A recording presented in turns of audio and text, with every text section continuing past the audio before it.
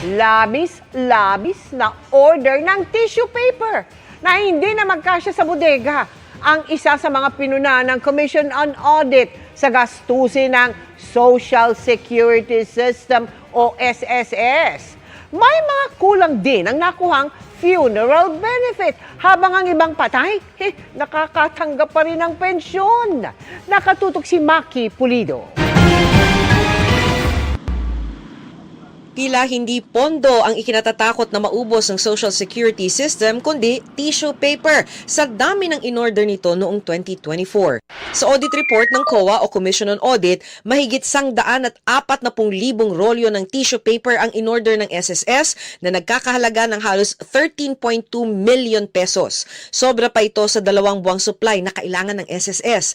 Sa sobrang dami ng supply, hindi ito nagkasya sa kanilang bodega.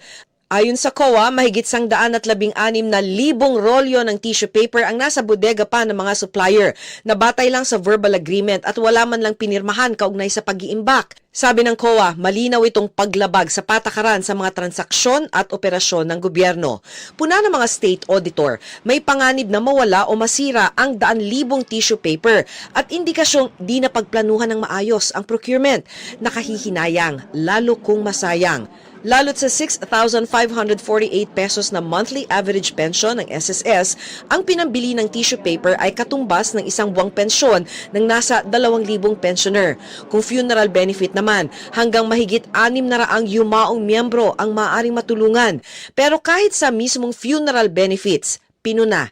Halos 300 kasi ng mga nag-claim ang kulang ang binigay na funeral benefit. Lumabas sa COA audit na may underpayment na halos 3 million pesos dahil sa hindi kompletong computation ng mga kontribusyon ng mga yumaong SSS member. Maaring naapektuhan daw nito yung entitlement o benepisyong karapatang matanggap ng mga asawa o kaanak ng mga yumaong SSS member. Kung merong nagkulang sa funeral benefit, may mga miyembro namang nakatanggap pa rin ng pensyon kahit patay na. Napuna ng mga auditor na nagbayad ang SSS ng higit 24 million pesos na pensyon para sa mga yumaong mga miyembro. Ayon sa COA, naha-highlight nito ang kahinaan sa pagbabantay sa kanilang pera para maiwasan ang pagkawala o pagkasayang ng pondo kaya't nalalagay sa panganib ang pension fund ng SSS.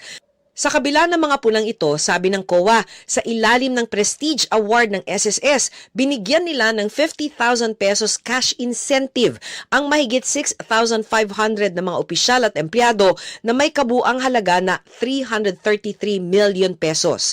Ipinunto ng mga auditor na batay sa CSC Memorandum Circular, maaari lamang magbigay ng pera bilang gantimpala kung may hakbang ang binigyan na nagresulta sa pagkakatipid ng pondo.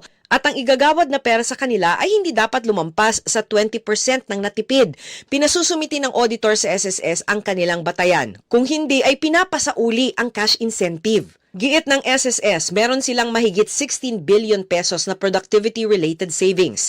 Ang incentive ay katumbas umano ng ekstrang pagsisipag ng mga empleyado kahit kulang sa tauhan. Kaya nakatipid ang SSS ng pambayad sa ekstrang tao.